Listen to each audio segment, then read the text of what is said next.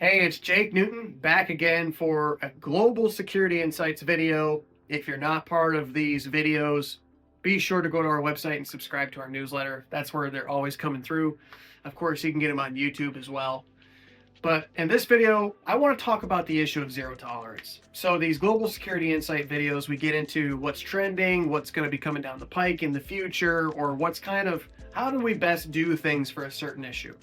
Well, in the area of workplace violence prevention and intervention, one of the ways that we can address these kinds of things has to do with zero tolerance, specifically related to policies. Now, historically, zero tolerance has been a huge thing on policies, and to my surprise, it's still a big thing that we're seeing today. We actually just did a survey recently, and 53% of the respondents identified that their policy still has zero tolerance as the position for their violence prevention program.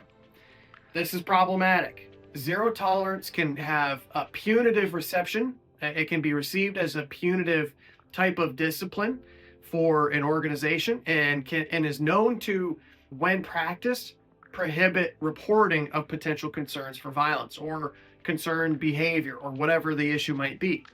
So zero tolerance, it's been a long-standing precedent. Way back, there's even some good documentation that's written about this back in the early 2000s. But zero tolerance in practice is very unhelpful for a violence prevention program. While we're looking for zero tolerance as a standard, we don't want to tolerate violent behavior, what we don't want to have is a policy that practices zero tolerance as an automatic penalty. There's a difference. So what we talk about is a no threats, no violence policy. Because if you have zero tolerance and it's a one-size-fits-all approach for discipline based upon a violation of the policy, it's going to create problems. And if you just think about the different cases that you've probably managed with this, and even if you do have this kind of policy, there's a good chance you're not actually practicing this, because zero tolerance in practice is, well, you have a violation of the policy, your employment is terminated, no questions asked.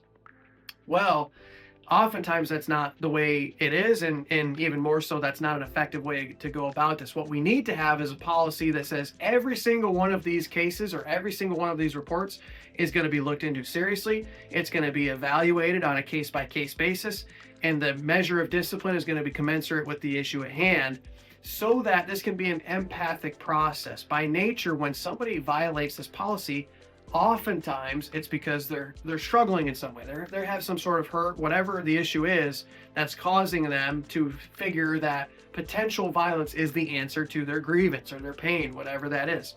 Well, while we don't want violence in our workplace, or we don't want threatening behavior or these kinds of behaviors in our workplace, we can still address these in a manner that take care of the issue at hand, but also create a culture where others still feel safe reporting the information and understanding that these issues, when they do come up, they're going to be taken seriously. So there's a big difference there. Zero tolerance is ineffective. So go for a no threats, no violence policy, and it'll set you up for much better success.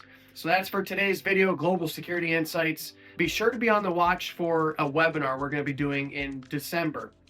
We did this survey, and we're going to talk about the results like this as well as other things, and we'll have a white paper for the survey that's going to be coming out as well, so you can benchmark your program holistically.